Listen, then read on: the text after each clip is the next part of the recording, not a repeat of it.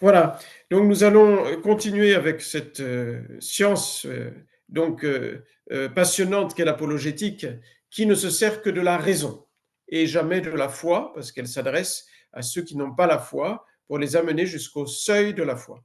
D'ailleurs, à ce propos, j'ai fait une petite erreur, imprécision la dernière fois, en disant que la partie qui regarde la crise de l'Église, savoir où est la véritable Église, donc aujourd'hui, donc, de fait, les vrais prêtres et les vrais évêques faisaient partie de l'apologétique, mais ce n'est pas exact parce que pour cela, il faut utiliser les arguments de foi, non pas de raison, mais principalement de foi. Donc, c'est plutôt une partie de la théologie, du catéchisme. Mais comme on doit amener la personne jusqu'à l'Église catholique, évidemment, on doit aussi voir cela de fait. Ça se rattache à l'apologétique, même si, à strictement parler, ça ne fait pas partie de l'apologétique, puisqu'on utilise la foi pour montrer quels sont ceux qui sont véritablement catholiques et ceux qui ne le sont pas. Voilà, donc je voulais préciser cela. Et donc, cette science donc, donne les signes de crédibilité très certains, adaptés à tout le monde, et donc pour amener toutes les personnes de bonne volonté jusqu'au seuil de la foi. Après, la foi est une grâce, et donc les mêmes arguments étant donnés aux mêmes personnes, malheureusement, pas tous n'arrivent à la foi, parce qu'après, il y a une question de volonté, de liberté et de prière. Il y a un moment, il faut se mettre à genoux et demander la grâce de la foi à Dieu, puisque la foi n'est pas le fruit de la raison, mais le fruit de la grâce de Dieu. Cependant, le chemin normal, encore une fois, donc c'est la raison, et on ne peut amener personne à la foi. Il ne faut pas se faire d'illusions sans apporter ces preuves de crédibilité. Plus que cela, on pourrait dire de crédentité, c'est un peu un un mot nouveau, mais qu'on utilise aussi donc dans l'apologétique, parce que crédibilité, ça veut dire qu'il est raisonnable de croire, et crédentité, ça voudrait dire il faut croire. On est obligé de croire, parce qu'on a toutes les preuves que Dieu a parlé dans notre religion, que notre religion est divine, qu'il y a, comme Jésus dit dans l'Évangile, le doigt de Dieu dans notre religion. Comme je vous l'ai dit la dernière fois, donc l'apologétique utilise des motifs de crédibilité soit objectifs, soit subjectifs. Donc, soit, c'est-à-dire externes à notre conscience, ou alors internes à notre conscience. Les modernistes, s'ils utilisent des preuves d'apologétique, des signes de crédibilité, n'utilisent pratiquement que les motifs de crédibilité subjectifs. Donc, c'est-à-dire l'expérience individuelle, la religion catholique, ça me fait du bien, je me sens bien quand je vais à l'église, la paix intérieure. Donc, qui évidemment, si on est dans la vraie religion, c'est vrai que la religion venant de Dieu, Dieu ne fait que du bien, elle fait du bien. Ou alors, donc c'est un peu mieux déjà montrer que donc la religion catholique accomplit en surabondance les aspirations de l'homme. C'est déjà un peu moins subjectif, disons. Voilà, mais ce n'est pas suffisant. Ces arguments donc internes à notre conscience, donc montrer aussi que la religion catholique correspond à toutes les aspirations du cœur humain, et de la liberté humaine, donc doivent être utilisés, mais en renfort, si vous voulez, des motifs externes. Il n'y a que les motifs externes qui sont donc absolument irréfutables et qui amènent certainement jusqu'au seuil de la foi. Si on n'utilise que les motifs subjectifs, ce n'est pas suffisant. Mais il faut les utiliser. Ils ne sont pas mauvais si on les utilise bien, mais encore une fois, ils sont insuffisants. Donc, il faut utiliser les deux, et les principaux, c'est les motifs objectifs. Donc, extrinsèques, il y a des motifs externes à la conscience, soit extrinsèques à la religion, c'est-à-dire qui ne font pas partie de la religion elle-même en soi, c'est les miracles et les prophéties, et c'est les signes de crédibilité très certains, les plus forts, qui touchent toute personne facilement, parce qu'on peut facilement constater ces miracles et ces prophéties. La prophétie est une sorte de miracle dans l'Église catholique romaine. Et puis, il y a des motifs de crédibilité objectifs, mais intrinsèques à la religion catholique, qui sont ce que nous apporte la religion catholique, qui est la sublimité de la doctrine de l'Église. Donc, voir combien tout est sublime dans l'Évangile et ce que nous transmet donc l'Église, et aussi la vie admirable de l'Église. Donc, quand on étudie l'Église, on voit sa propagation donc, admirable donc, dans les premiers siècles de l'Église, miraculeuse, sa conservation donc, au fur et à mesure des siècles, et surtout sa vie interne donc admirable. Donc, c'est ce qu'on appelle la civilisation donc, chrétienne, principalement. Tout ce que l'Église catholique donc, a apporté au monde. Si on peut prendre par exemple donc, les moines. Vous savez que le premier ordre donc, qui a été donc, fondé donc, religieux, c'est l'ordre de Saint-Benoît qu'on a fêté le 21 mars. Donc les bénédictins ont été le premier ordre qui s'est répandu dans toute la terre connue de ce temps-là. Et donc des moines, et principalement d'abord des bénédictins, sont venus énormément de bien pour la civilisation. Donc les moines, c'est peut-être pas les motifs les plus importants, mais ont inventé la plupart des médicaments, c'est les moines qui les ont inventés, hein, les premiers médicaments. Donc l'alcool aussi, n'est-ce pas? Les liqueurs, c'est peut-être pas le plus important, mais c'est aussi les moines qui ont inventé cela, n'est-ce pas? Donc toutes les grandes liqueurs, à commencer par la chartreuse ici, n'est-ce pas? Ça vient des moines. Tant de découvertes naturelles aussi et scientifiques viennent des moines. Je crois le moulin à eau, c'est les moines qui l'ont inventé, les bénédictins. Hein, et donc aussi, donc, les écoles, c'est les moines qui les ont fondées, les universités, donc, c'est les moines qui les ont fondées pour développer les sciences. Et puis aussi l'organisation du travail, ça vient principalement des moines. Évidemment, les Romains déjà avaient une certaine organisation, en tout cas dans l'armée, mais le principe de subsidiarité, qu'il y a un chef qui confie certaines missions à d'autres, de répartir bien les tâches et chacun a sa responsabilité et ainsi peut mûrir et être utile vraiment dans la société qui est celle du monastère dans ce cas-là. Et tous ces principes-là, l'organisation du travail, bien donc aussi les horaires, tout cela, ça vient des moines, ça vient donc surtout au début des bénédictins, qui étaient extrêmement organisés. Et donc, voilà, le bienfait de l'Église, mais dans toutes sortes de domaines. Hein. Donc, partout où l'Église est passée, mais elle a fait passer aussi, évidemment, elle a aussi donc apporté la moralité. Hein. Le peuple barbare, elle en a fait des saints, hein, ou des bons chrétiens, hein, de peuples qui se vengeaient, qui étaient encore même plus bas souvent que la loi du talion, n'est-ce pas?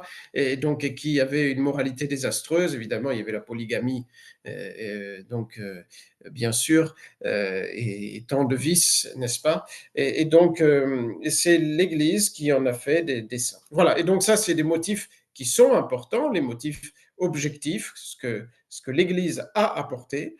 Donc, mais ce qui va toucher toutes les âmes directement, encore une fois, c'est les miracles et les prophéties. C'est le principal argument qui a été donc toujours employé dans l'apologétique. Et donc, je dirais évidemment un mot donc, ce soir.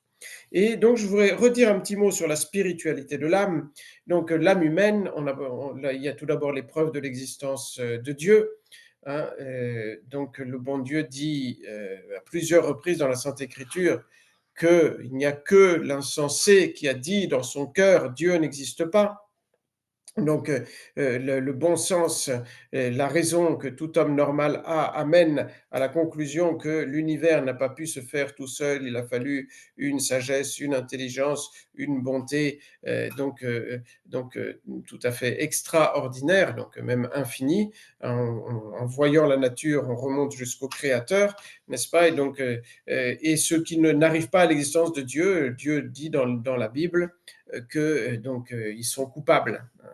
Comme vous le savez, il faut faire toujours cette distinction entre ceux qui ont une religion, qui croient en Dieu, en un Dieu transcendant, créateur, rémunérateur, qui va récompenser le bien et châtier le mal, qui va récompenser les bons et châtier les méchants. Et ceux-là, même s'ils sont dans une fausse religion, peuvent être de bonne foi. C'est pour ça qu'il n'est pas impossible qu'ils se sauvent, ça sera difficile, mais ils le peuvent. Et ceux qui ne croient pas dans ce Dieu, donc unique, créateur et rémunérateur, et qui ne peuvent pas se sauver. Donc surtout l'athée et celui qui doute de l'existence de Dieu n'arrive pas à sortir de ce doute. Dans cet état-là, il ne peut pas arriver au salut. Il faut qu'il arrive absolument au moins à la certitude de l'existence de Dieu et qu'on doit rendre un culte à Dieu, qu'on doit obéir à Dieu. Et puis donc après l'existence de l'âme vient l'existence de Dieu, pardon, l'existence de l'âme. L'existence de l'âme est une vérité qui appartient donc aussi à la raison. Donc ces deux vérités, Dieu et l'âme humaine, appartiennent, ce sont des vérités philosophiques qui appartiennent donc à la philosophie. C'est même avant de commencer l'apologétique, mais on le met toujours aussi là dans l'apologétique, donc parce que c'est le fondement même, c'est ce qu'on appelle les préambula fidei, les préambules, les premiers fondements qui amènent donc à la foi. Et donc, cependant, il n'est pas absolument nécessaire que quelqu'un donc arrive par la raison à la certitude qu'il a une âme immortelle, spirituelle et immortelle pour arriver à la foi. Ce n'est pas un passage obligé, tandis que l'existence de Dieu, évidemment, c'est un passage obligé. Si on ne croit pas en Dieu, on ne peut pas croire que Dieu a révélé une religion, évidemment. Pourquoi cela? Parce que si je crois que Dieu existe et que je constate qu'il a parlé aux hommes, dans toutes les pages de la Bible, Dieu a révélé qu'on a une âme immortelle. Mais cette vérité appartient à la raison, de façon pas aussi donc rapide, évidente que l'existence de Dieu, mais d'une façon pas très difficile, donc en prouvant que nous avons la liberté, que nous faisons des actes intellectuels, eh bien nous prouvons que nous avons une âme spirituelle. Pourquoi? Parce que on dit en latin agere sequitur esse, agere sequitur esse, l'agir suit l'être. Et donc l'agir est toujours proportionné à la nature de celui qui agit, n'est-ce pas? Donc on pourrait dire que les œuvres suivent l'ouvrier. Donc les œuvres ne peuvent pas dépasser les capacités de l'ouvrier. Donc si je produis vraiment des actes spirituels et purement spirituels, totalement immatériels, c'est que forcément j'ai une faculté qui est spirituelle et qui n'est pas matérielle. Et donc ces actes spirituels sont tout d'abord la liberté. Nous avons le pouvoir de résister à tous les entraînements et nous diriger vers ce que nous voulons malgré toutes les pressions qu'on peut recevoir, enfin, en général de l'extérieur, mais même de l'intérieur par nos passions, n'est-ce pas? Et donc nous faisons ce que nous voulons, et donc sans être du tout donc nécessités par les choses matérielles. Et donc nous sommes déliés des choses matérielles, et puis nous désirons des choses immatérielles, des biens immatériels tels que la vertu, par exemple l'humilité ou la prudence. Ce sont des biens totalement immatériels, donc il faut bien qu'en plus du corps, j'ai une faculté qui puisse désirer, qui soit spirituelle pour désirer des choses spirituelles. Mon corps ne peut pas désirer quelque chose qui le dépasse et qui est spirituel. Mais surtout, il est l'épreuve des actes de l'intelligence. Donc nous faisons des actes intellectuels, ça c'est absolument sûr. Nous avons des idées donc qui sont totalement immatérielles, qui sont purement spirituelles, qui n'ont rien de commun avec la matière, justement comme les idées de prudence, de devoir, de sainteté, de justice, même de Dieu, qui est un être purement spirituel. Et donc, ces idées viennent forcément d'une faculté spirituelle. Je produis des actes spirituels, donc mon agir est spirituel, donc mon être est spirituel. Il y a une partie de moi-même qui est forcément spirituelle. Voilà. Et puis, donc, nous faisons aussi des raisonnements, n'est-ce pas? Et donc, nous avons des jugements qui sont donc indépendants de la matière et qui surtout sont immuables, qui ne changent jamais. Donc la matière donc change, n'est-ce pas? Elle est tout le temps en mouvement, tandis que là, eh bien, qui ne change pas, des jugements donc très certains. Tout est fait à une cause. Aussi le principe de non-contradiction. Une chose ne peut pas, dans le même temps, être et ne pas être, exister et ne pas exister. Et donc nous avons la possibilité de raisonner, de généraliser. C'est parce que nous avons une faculté spirituelle en plus du corps. Tous les peuples ont cru dans l'âme immortelle. Il n'y a aucun peuple qui n'a cru qu'il n'avait qu'un corps, comme les animaux. Aucun peuple ne s'est comparé aux animaux et a dit que notre existence était la même que celle des animaux. Ils ont tous rendu un culte à leurs ancêtres, ils ont tous cru qu'il y avait une vie après cette vie, au contraire des animaux. Voilà, évidemment, le mystère, c'est l'union de l'âme et du corps. Et il y a un certain mystère, c'est vrai, comment l'âme et le corps s'unissent. Donc, ce que nous savons, c'est que l'âme et le corps donc, forment une seule substance, une seule nature. Ce sont deux co-principes substantiels, qui ne peuvent pas exister tout seuls, qui ne sont pas faits pour vivre tout seuls et qui ont besoin l'un de l'autre, donc de façon substantielle. Et c'est pour cela que quand le corps va mieux, eh bien l'âme fonctionne mieux, et quand l'âme va mieux, le corps fonctionne mieux aussi. Si notre âme va mal, il y a évidemment et donc aussi un rebondissement sur le corps, n'est-ce pas, quand on n'a pas le moral, quand on a des soucis, ou que tout simplement notre âme va mal aussi, donc spirituellement, moralement. Voilà. Et donc, mais il y a un certain mystère, et c'est le génie de Dieu qui unit le spirituel au matériel euh, euh, en nous, donc le principe matériel, le principe spirituel qui est le principe qui donne vie au corps, n'est-ce pas? Et donc, c'est vrai que notre âme, pour agir, a besoin de notre corps, hein, elle a besoin du cerveau, mais ça ne veut pas dire que c'est le cerveau donc, qui produit les idées spirituelles, puisqu'il est purement matériel, mais le cerveau est une condition nécessaire à l'activité spirituelle, de même que si je suis un grand peintre, le plus grand peintre du monde, eh bien, j'ai beau être le plus grand peintre du monde, si on ne me donne pas un pinceau, je ne peux rien faire. Ou si on me donne un gros pinceau, tout effiloché et donc grossier, n'est-ce pas? Eh bien, j'ai beau être le plus grand peintre du monde, je n'arriverai pas à peindre mieux qu'un autre, n'est-ce pas? Et donc, parce que je suis toujours le plus grand artiste, mais je n'ai plus l'instrument qui me convient, n'est-ce pas? Ainsi en est-il donc pour notre cerveau, qui est l'instrument dont se sert notre âme pour produire les idées. Et si l'instrument est déglingué, si l'instrument va mal, eh bien, donc, nous ne pouvons plus, même jusqu'au point où nous ne pouvons plus intelliger, n'est-ce pas? Donc, raisonner. Voilà, donc ça, j'avais déjà vu, mais très rapidement la dernière fois, je voulais en redire donc un mot. Voilà, on pourrait rajouter pas mal de choses sur l'existence de Dieu, par exemple l'existence de l'âme. Donc, tous les peuples, ça je vous l'ai dit, donc il y a cette croyance universelle et spontanée de l'humanité dans Dieu. Hein. Donc, il n'y a jamais eu aucun peuple qui, de façon universelle, donc, ne croyait pas en Dieu. L'époque actuelle était vraiment une exception, mais même à l'époque actuelle, donc on est dans l'apostasie des nations, n'est-ce pas? Eh bien, donc il y a beaucoup la majorité des gens quand même croient en Dieu, même s'ils se font une idée de Dieu qui est fausse, même s'ils ont une fausse religion, n'est-ce pas? Même en France, je pense qu'il y a au moins 50% des gens, je pense, qui croient en Dieu. Et donc, et puis ce phénomène, en tout cas de perte de la foi impressionnante, c'est vrai à l'heure actuelle, donc ne peut pas durer. Hein. Donc on voit déjà, paraît-il, maintenant de plus en plus des gens qui retournent à la foi. Hein, encore ces derniers jours, dans les nouvelles, donc on disait que c'est en 2025, il y a beaucoup plus de catéchumènes. Je ne sais plus, c'est 2 fois plus que l'année dernière. Enfin, c'est impressionnant quand même la progression, n'est-ce pas? Voilà. Mais de fait, il n'y a aucun peuple qui était athée. Tous les peuples croyaient donc au moins en Dieu, même s'ils avaient une fausse conception de Dieu, à cause aussi des passions humaines qui déforment l'idée de Dieu. Voilà. Et donc, nous arrivons maintenant donc, aux autres parties de l'apologétique. Alors, je voudrais dire un mot, évidemment, surtout de l'historicité des évangiles, qui va aussi donc toucher l'historicité de l'Ancien Testament, par ricochet, si vous voulez, par rebondissement. Donc on pourrait parler tout d'abord des preuves historiques de l'existence de notre Seigneur Jésus-Christ. Bon, à part le philosophe, là, dont j'oublie chaque fois le nom, là, athée, donc qui est très content de lui, mais qui est vraiment lamentable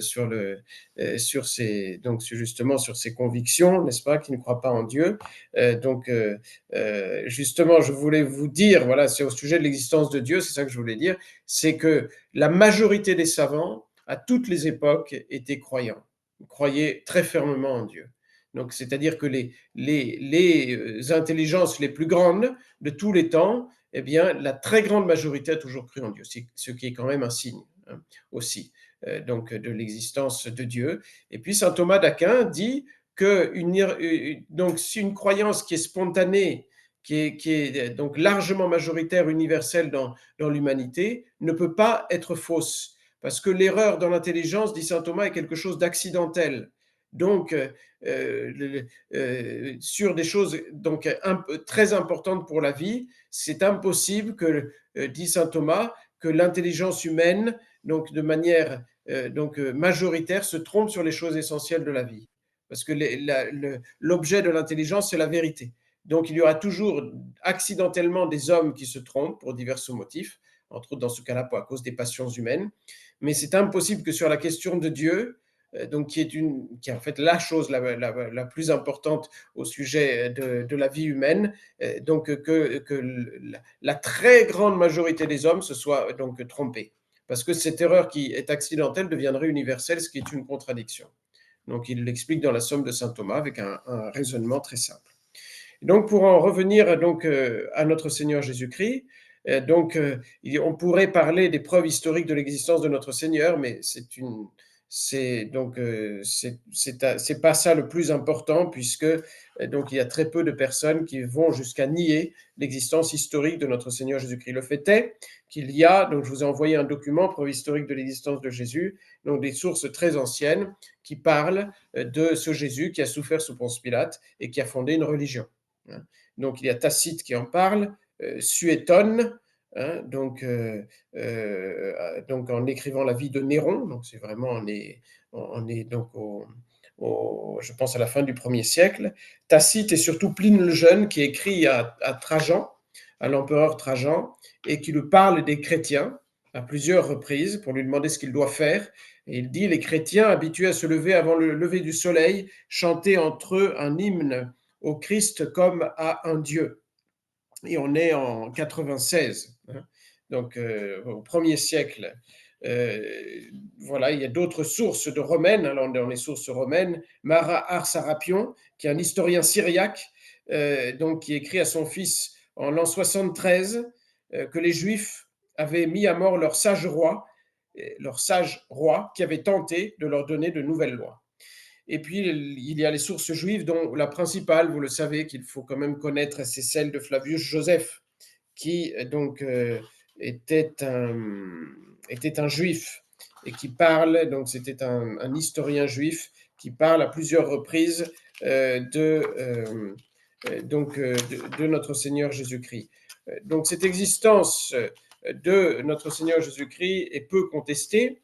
Je vous ai donné un document si vous voulez le lire, donc pour en savoir un peu plus. Mais si vous prouvez l'historicité des évangiles, évidemment, vous prouvez l'existence donc historique de Jésus. Donc j'irai directement à l'historicité des évangiles. Donc il n'y a aucun texte, ça c'est déjà une chose très importante à savoir, n'est-ce pas, et donc pour argumenter de façon juste, aucun texte de l'Antiquité qui n'ait autant de preuves historiques que les évangiles, et de loin, par rapport donc au texte auquel tout le monde croit, n'est-ce pas, comme l'Iliade et l'Odyssée, comme des textes d'Aristote, les poésies d'Aristote, ou la guerre des Gaules de Jules César. Personne ne remet donc en cause ces récits historiques, et pourtant il y a un taux de fiabilité, d'historicité qui est beaucoup moins élevé donc que les évangiles. En effet, les premières copies complètes sur parchemin, donc sur peau d'animaux, pas papyrus qui se détruisait beaucoup plus vite, donc puisque c'était sur du papier, comment on appelle ça, voilà, vous savez ce qui pousse là sur le bord des lacs, maintenant ça m'échappe le nom, et donc pendant les 3 premiers siècles, on écrivait sur des papyrus, et donc on n'a que des morceaux de papyrus des textes anciens. Et à partir du moment, je crois que c'est fin du 3e, en tout cas 4e, on a écrit sur des peaux d'animaux, évidemment, on a des textes beaucoup plus entiers.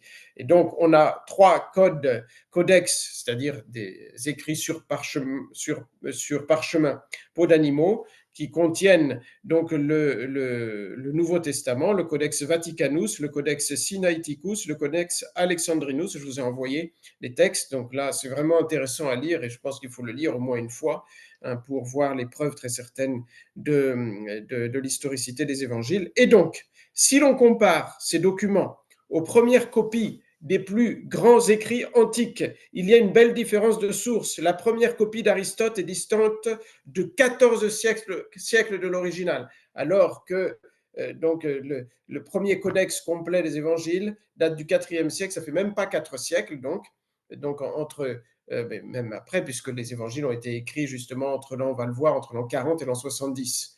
Et donc, ça fait en fait 3 siècles entre l'original et les premières copies qu'on a, n'est-ce pas? Et donc, Aristote, 14 siècles entre l'original et la première copie qu'on possède, et la guerre des Gaules, 10 siècles. Voyez, donc c'est vraiment le texte de l'Antiquité dont l'historicité est la plus forte. Donc, on a au IVe siècle des copies complètes des évangiles. Donc, 3 complètes. Et donc, maintenant, est-ce qu'on a quelque chose entre l'original, donc entre 40 et 70, et donc les copies entières? Oui, on a des morceaux de papyrus. On a énormément de morceaux de papyrus, 36 000 fragments du Nouveau Testament. Alors, ce n'est pas seulement les évangiles, c'est aussi toutes les épîtres, n'est-ce pas? Et l'Apocalypse. Hein. Donc, mais pour ce qui est des évangiles, 24 000 morceaux de papyrus. Et donc, si on les met tous ensemble, on peut recomposer à peu près en entier tout le Nouveau Testament. Donc, entre l'original et les parchemins, il y a 3 siècles qui s'écoulent, on a plein de morceaux de papyrus. Et donc, ces papyrus viennent de toutes les régions de l'Europe, et donc ils correspondent. Il n'y a pas plusieurs versions, n'est-ce pas? Ils correspondent, et donc c'est impossible qu'on ait falsifié entre l'original et ces morceaux de papyrus, sinon il aurait fallu falsifier toutes les copies en papyrus pour qu'elles ne se contredisent pas. Elles ne se contredisent pas. Donc elles correspondent forcément à un original. Donc ce très grand nombre de copies de l'Évangile provenant de toutes les régions de l'Empire romain rendait impossible les falsifications parce qu'il aurait fallu falsifier toutes les copies des mêmes passages, copies qui étaient dans des régions éloignées. Aucun document de l'Antiquité n'est aussi bien attesté dans son historicité que le Nouveau Testament. Maintenant, la datation des évangiles, évidemment, c'est extrêmement important. Les modernistes repoussent la datation des évangiles, donc après l'an 100, en général, je crois, entre l'an 150 et l'an 200. Pourquoi? Parce qu'évidemment, si vous dites qu'ils ont été écrits plus d'un siècle après la mort de notre Seigneur Jésus-Christ, les témoins oculaires, en tout cas, sont morts. Il est plus facile de raconter des mensonges, n'est-ce pas? Alors que, eh bien, nous savons que les évangiles ont été écrits entre l'an 40 et l'an 70. Alors là, j'ai mis quelques preuves, n'est-ce pas? De cela, tout d'abord, il y a il y a des écrivains qui citent les évangiles, en tout cas au début du IIe siècle, hein, 110, entre 110 et 140. Hein, il y a Saint Clément de Rome qui cite les évangiles de Saint Matthieu, Saint Jean, donc 2 évangiles en l'an 96. Donc là, on est 60 ans après la mort de notre Seigneur Jésus-Christ. Donc, il cite les évangiles. Donc, ils avaient déjà été écrits, Saint Matthieu et Saint Jean. Et donc, les témoins oculaires, il y en avait encore peut-être qui vivaient, n'est-ce pas? En tout cas, on était très proche de la mort de notre Seigneur Jésus-Christ. Donc, 60 ans après, c'est 2 générations après. Et puis, on sait que Saint Jean est le dernier qui a été écrit. Il y a plusieurs témoignages. C'est absolument certain qu'il est le dernier qui a écrit la vie de notre Seigneur Jésus-Christ. Donc, s'il a été cité en 96, Saint Jean, c'est que tous les évangiles étaient écrits en 96. Donc, déjà, on a une date butoir, pas après 96. Et puis après, on a d'autres éléments qui interviennent. Je l'ai mis dans un autre document, je ne l'ai peut-être pas là, si. Je vais vous le lire quand même. Donc, j'ai 2 documents sur l'authenticité des évangiles que je vous ai envoyés. Il y en a un qui est beaucoup plus long parce que j'ai mis toute une polémique sur un morceau des évangiles qui était retrouvé à Qumran. Donc, évidemment, qui est important parce que c'est très proche de la mort du Christ. Et donc, voilà ce qu'on peut dire au sujet de la datation des évangiles. Je vous lis ce passage, si vous me permettez, parce que ça donne une date butoir donc, pour les écrits des évangiles. Donc, au sujet de la datation de l'évangile selon saint Luc, Matthieu, Marc, Luc, c'est le 3e.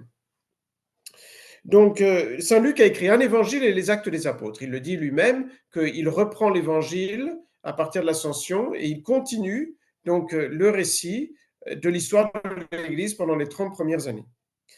Donc, les actes des apôtres se terminent par les actes de saint Paul, son arrestation, son appel devant César, son transfert à Rome et son procès à Rome.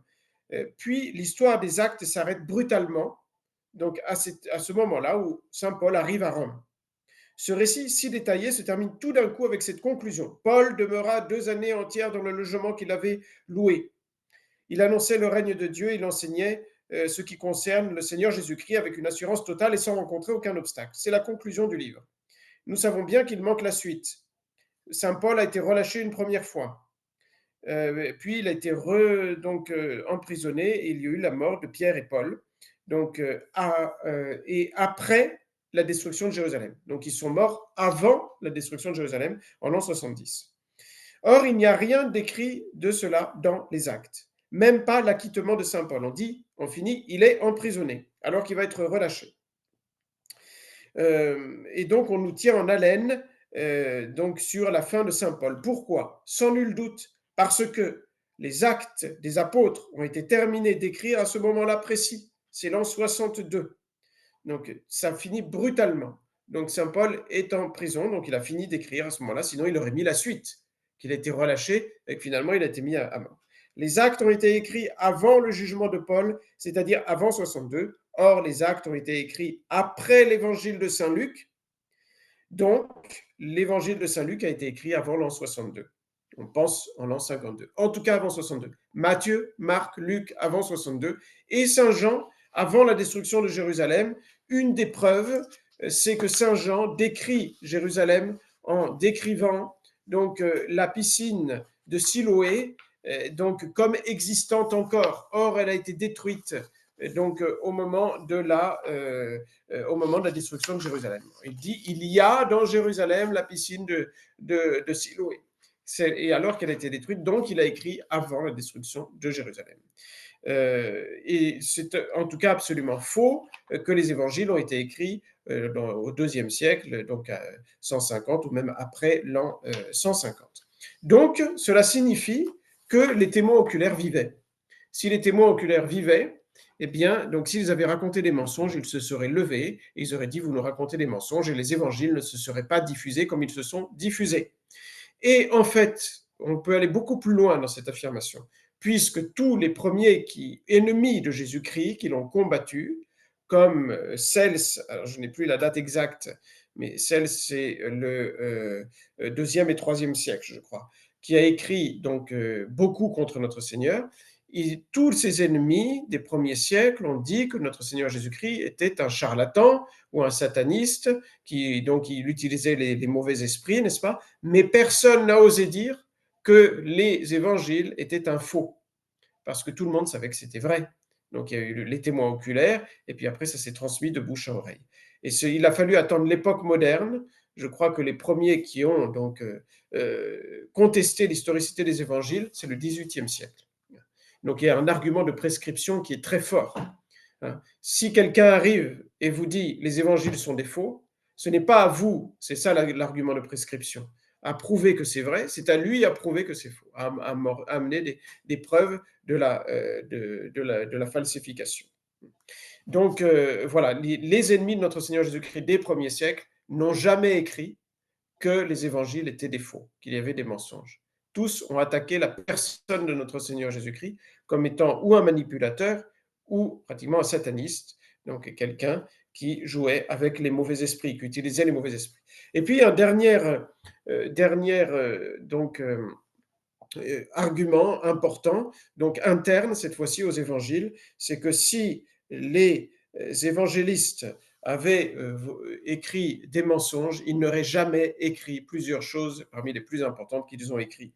C'était comme on dit des autogols. Ils se seraient donné des points en moins à eux parce qu'ils ont écrit des choses qui étaient très difficilement acceptables, surtout par les Juifs. Donc, ils décrivent non pas un Messie héroïque comme les attendaient les Juifs, vous le savez, libérateur du peuple juif, mais un Messie qui finit sur la croix, n'est-ce pas? Si ils avaient voulu écrire des mensonges, ils auraient décrit un Messie libérateur du peuple juif. Ils ne l'auraient pas fait Dieu parce que pour les Juifs, on ne pouvait même pas prononcer le nom de Dieu. Alors imaginez si pour eux, Dieu se faisait homme, pour eux, Dieu était inaccessible.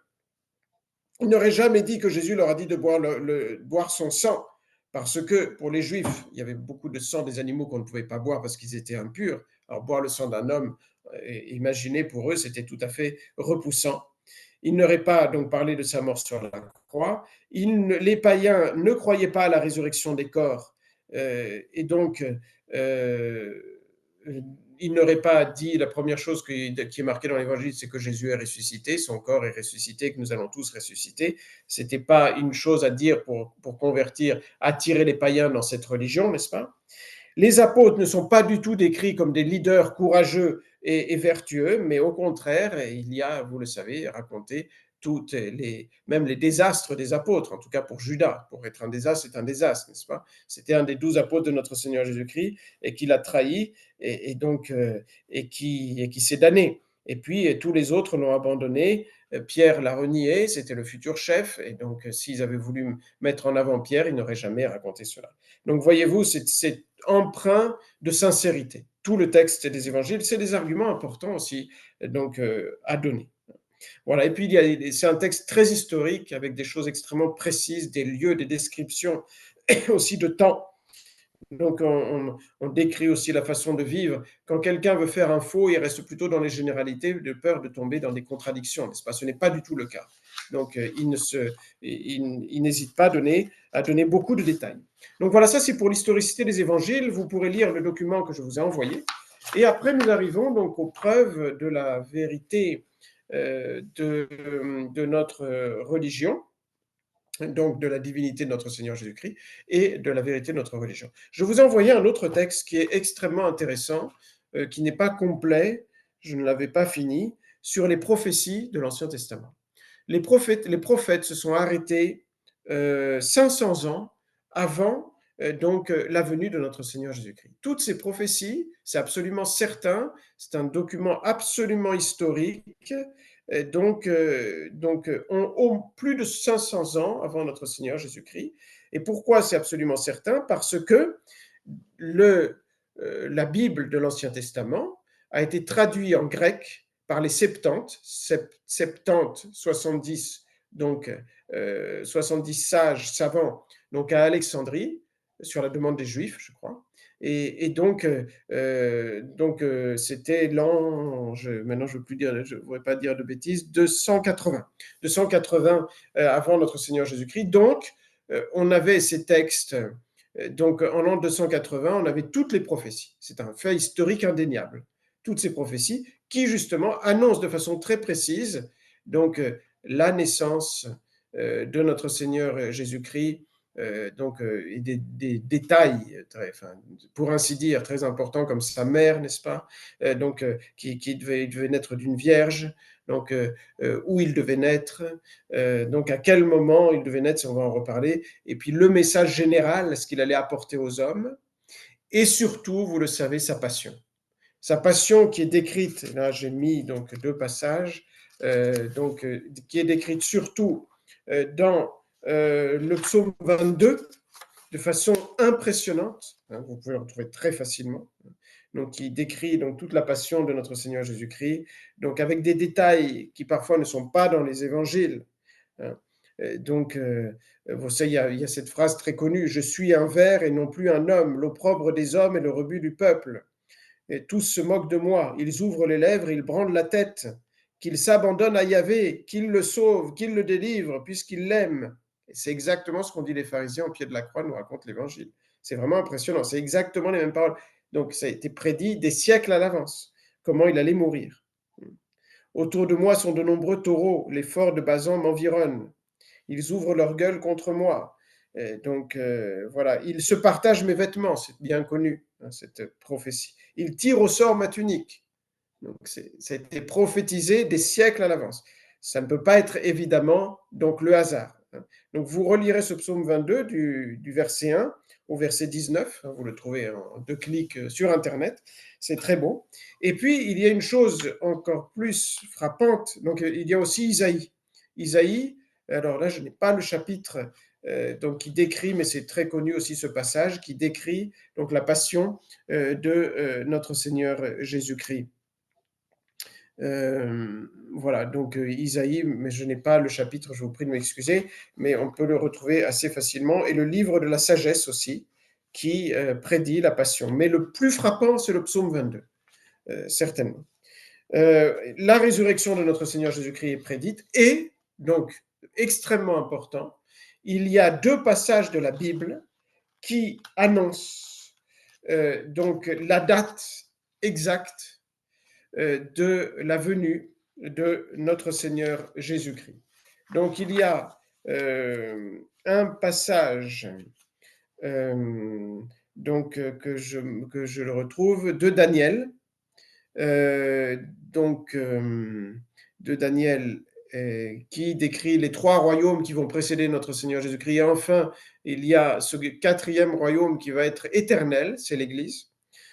Et donc, je n'ai plus aussi, je crois que c'est le chapitre 9 aussi, mais je ne voudrais pas dire de bêtises. Mais surtout, celui dont je voulais vous parler, qui est très frappant, c'est la prophétie de Daniel au chapitre 9, au verset 24, dans lequel il annonce que dans 70 semaines d'année va se réaliser donc, le salut du monde. Donc, il annonce ce qui va se passer, les péchés vont être effacés, la paix va être donnée aux hommes, et il dit ça va arriver dans 70 semaines. C'est 70 semaines d'année. Donc 70 fois 7, ça fait 490. Et donc, il dit, il faut compter à partir du moment où le roi Artaxerxès va permettre à Néhémie de reconstruire les murs, je crois, autour de Jérusalem. Donc d'aller à Jérusalem et de reconstruire les murs qui ont été détruits. Et on sait la date de cette permission, de cet édit de Artaxerxès. Vous retrouvez très facilement tout cela sur Internet. Vous tapez Marie de Nazareth, prophétie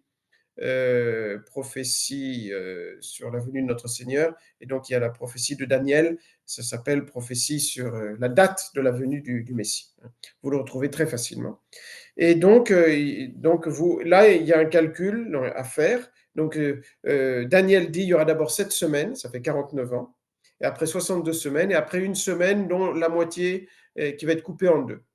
Et donc, si on fait le calcul de 458, on fait les 69 semaines, on arrive en l'an 26, après le Christ. L'an 26, c'est l'an où est monté sur le gouvernorat de Jérusalem, Pilate, et aussi est monté donc sur le trône pour gouverner les Juifs, le grand prêtre, Anne, je crois. Bon, Anne ou son gendre, enfin l'un des deux. Et puis, donc après, il reste une semaine. On en est à 69.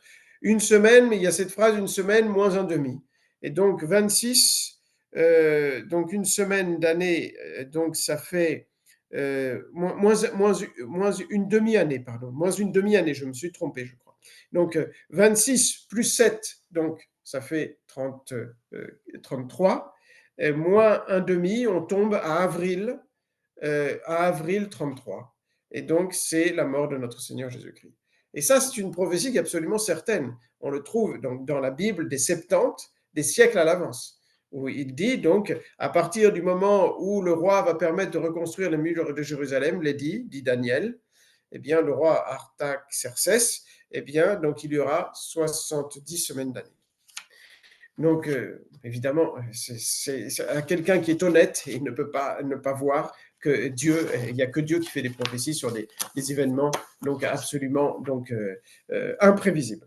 Voilà, ça c'est pour les prophéties. C'est une des preuves très fortes de la divinité de l'Église fondée par Jésus-Christ. Donc de Jésus-Christ et de l'Église fondée par Jésus-Christ. Et après, donc, nous avons toute une série de preuves de la vérité de notre religion, dont je vous ai déjà parlé de certaines, dont la plus forte, encore une fois, les miracles et les prophéties. Donc les miracles, donc, ce sont des faits qui requièrent donc l'intervention d'une force non naturelle, qui peut être soit préternaturelle, soit carrément divine. Donc, les bons anges peuvent faire certaines choses que nous ne pouvons pas faire, et les mauvais anges aussi, parce qu'ils sont plus intelligents et plus forts que nous. Mais il y a des miracles, donc déjà un ange, donc il y a des miracles qui peuvent être faits par un ange. Donc là, il faudra voir si c'est un bon ange ou un mauvais ange. Évidemment, ce n'est pas impossible que ce soit le mauvais ange, il va chercher un mauvais but. Mais évidemment, il y a des miracles qui ne peuvent être faits que par Dieu. Donc, la résurrection d'un mort, il n'y a que Dieu qui est le maître de la vie et de la mort. Une guérison de quelqu'un qui est au dernier degré de la maladie et qui guérit complètement en un instant, il n'y a que Dieu qui peut le faire. Un morceau d'os qui repousse, donc il manque 10 cm d'os qui repousse en un instant, il n'y a que Dieu qui peut faire cela, n'est-ce pas? Et donc, les miracles ont toujours été considérés de tout temps comme une preuve de la vérité d'une religion, n'est-ce pas? Et donc, il n'y a que dans notre religion, il y a un grand nombre de miracles. Évidemment, il y a la question du prodige. Prodige, c'est un faux miracle, enfin, c'est un miracle fait par le mauvais ange. Mais dans la différence est toujours visible. Dieu ne veut pas nous laisser nous tromper. Dans un prodige, c'est-à-dire quelque chose que le démon, avec la permission de Dieu, peut faire parce qu'il est plus intelligent, il connaît mieux les lois de la nature que nous, et donc, mais que nous ne pouvons pas faire, eh bien, donc il y aura toujours ou la personne qui le fait qui est mauvaise, ou l'intention de celui qui le fait qui est mauvaise, c'est-à-dire de soutenir une doctrine, une morale qui donc est mauvaise, hein, la doctrine qui va même contre la raison, la morale qui va contre la loi naturelle, ou alors la manière dont c'est fait qui est mauvaise. Donc, par exemple, il y a l'orgueil de la personne qui le fait. Il se met en avant, n'est-ce pas? Dans les vrais miracles, jamais le saint ne se met en avant. Ou alors, il y a toute une mise en scène, n'est-ce pas, qui vient pas de Dieu. Les miracles ne sont jamais faits de cette manière-là. Je pense à Meglio Gorgi. J'ai regardé une fois sur YouTube une apparition de Meglio Gorgi. On ne sait pas s'il faut rire ou pleurer. C'est vraiment. Alors, il y a la voyante qui arrive comme une star au milieu de rangées de gens. Elle embrasse les gens, les hommes et les femmes, bien sûr. Et puis, donc, elle est comme une star, n'est-ce pas? Et puis après, elle va devant la statue de la Sainte Vierge, puis elle rentre en transe. Et puis, elle est filmée de tous les côtés. Et voilà, et il y a la Sainte Vierge qui lui apparaît juste au moment où elle arrive. Donc, c'est grotesque. C'est évident que ça ne vient pas de Dieu. Donc, ou c'est des charlatans ils ont bien répété, ou c'est démoniaque. Ouais, donc tout est saint, S-A-I-N et S-A-I-N-T, et donc il n'y a pas d'immodestie, tout est bon dans le miracle. S'il y a quelque chose qui n'est pas bon, eh bien, ça peut être ou des charlatans ou donc le démon. Mais il y a des miracles qui ne peuvent être faits que par Dieu. Ressusciter un mort, il n'y a que Dieu qui peut le faire. Et les saints ont ressuscité des morts, il n'y a pas que Jésus-Christ. Les évangiles, on l'a vu, sont historiques. Personne n'a pu nier l'historicité des évangiles. Jésus-Christ a ressuscité 3 morts racontés dans les évangiles. Mais les saints aussi, Saint Jean Bosco a ressuscité un mort, Saint Philippe Néri a ressuscité un mort, c'est des saints récents. Saint Jean Bosco, il est mort en 1888, et il y avait un prêtre qui le suivait tout le temps, et le soir, il marquait tout ce qu'il avait vu et tout ce qu'il avait entendu. On ne peut pas nier l'historicité de la vie de Saint Jean Bosco, qui est pleine de miracles. Par exemple, si on veut trouver la foi, on lit la vie de Saint Jean Bosco, et on voit comment ça a été écrit, et on ne peut pas se dire tout cela, c'est des mensonges, c'est absolument impossible. Et puis, il y a des miracles que Dieu permet qui sont pour le monde entier. Il y a le miracle indéniable de la danse du soleil en 1917 à Fatima, qu'il faut connaître. Donc, vous connaissez sûrement au moins 70 000 personnes qui étaient rassemblées là parce que la Sainte Vierge avait dit qu'elle allait donner un signe qu'elle était vraiment apparue. Et donc, il pleuvait des cordes, tout le monde était dans la boue, et tout d'un coup, en très peu de temps, je ne sais pas combien de temps, mais très peu de temps, le ciel s'est découvert, et le soleil est descendu, donc en tournant vers la terre, et tout le monde croyait que c'était la fin du monde, et donc ils confessaient leurs péchés à haute voix pour beaucoup d'entre eux, n'est-ce pas? Tout le monde se mettait à genoux et priait, et puis le soleil est remonté à sa place en tournant, et tout le monde était sec, et évidemment, il y a 70 000 au minimum personnes qui l'ont vu. Ce n'est pas une hallucination, évidemment. Et tous les journaux l'ont raconté, donc on peut encore retrouver les coupures de journaux. Et il y a eu un grand nombre de conversions, des journalistes athées qui venaient là seulement pour faire leur métier de journaliste et souvent pour se moquer, n'est-ce pas? Et qui se sont convertis. On ne peut pas nier cela. Et ça peut être que Dieu qui a fait cela. Hein. Donc c'est un miracle qui a produit des fruits très bons. Il y a le Saint-Suaire, qui est un miracle permanent parce qu'il est inexplicable. Donc, maintenant, il y a plein d'études faites là-dessus. Donc, le Saint-Suaire porte l'empreinte d'un homme qui ne peut être que l'homme des évangiles. tous les détails correspondent. Il peut pas, c'est pas possible. Donc, il y a eu un autre homme qui soit mort dans toutes les conditions qui sont racontées dans l'Évangile et qu'on revoit dans le Saint-Suaire. Il y a la fameuse tilma, ce vêtement du Mexicain qui a eu une apparition de la très sainte Vierge Marie en 1500 quelque chose à Mexico, hein, et donc les apparitions donc là de près de Mexico, hein, donc ce linge qui n'est même pas un linge parce que c'est des végétaux qui normalement tombent en poussière au plus je crois 20 ou 30 ans et qui depuis 4 ou 5 siècles donc est intact et qui porte une image absolument donc inexplicable, hein. Donc il y a beaucoup de phénomènes dans cette scientifique, dans cette image qui sont inexplicables. Ça, c'est les miracles, ce sont les preuves les plus fortes et tout le monde peut les atteindre facilement. Il n'y a pas de encore des gens qui l'ont connu, qui vivent encore. Et on le voit sur Internet, sur YouTube, on le voit, on peut l'entendre. Et il portait les stigmates et pendant 50 ans. Et ces stigmates ont disparu quand il a fini de dire la dernière messe. Ce sont des faits indéniables qu'ont vu des médecins et un grand nombre de gens.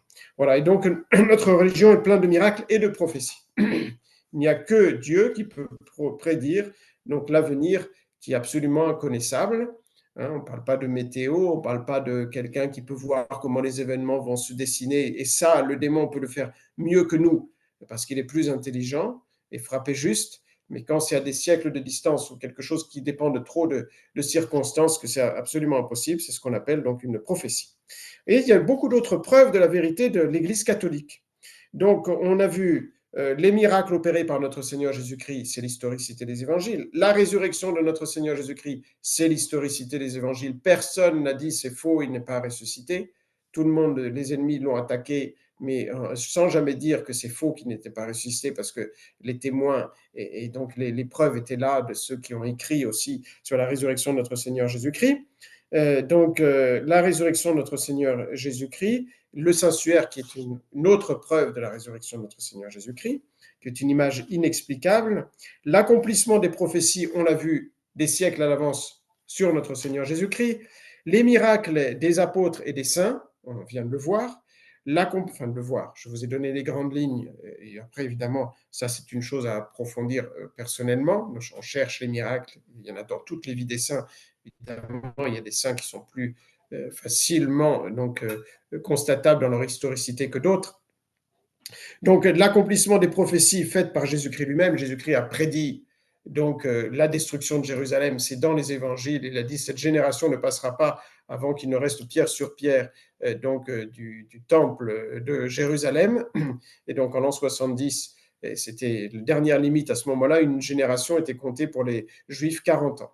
Donc, en l'an 70, moins de 40 ans après, eh bien, donc, c'est réalisé la prophétie de notre Seigneur Jésus-Christ. Il a prophétisé aussi sur ses disciples, il dit vous serez persécutés. Enfin là, c'est des prophéties plus larges.